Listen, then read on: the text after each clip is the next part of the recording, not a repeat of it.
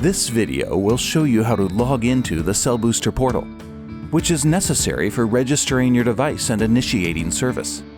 The portal is available in two formats, a web version and a downloadable mobile app.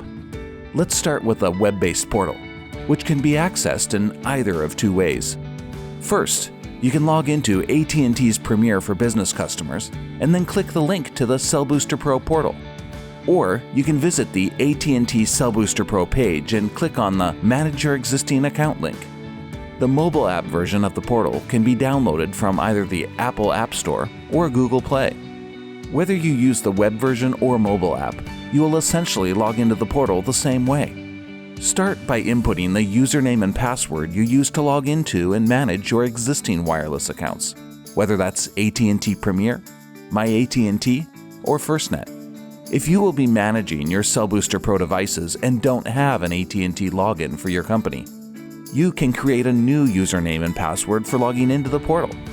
Once you have registered your device, you can use the portal at any time to check device status or register additional devices and locations.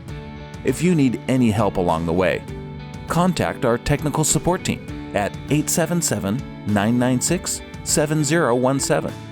And thank you for being an AT&T customer.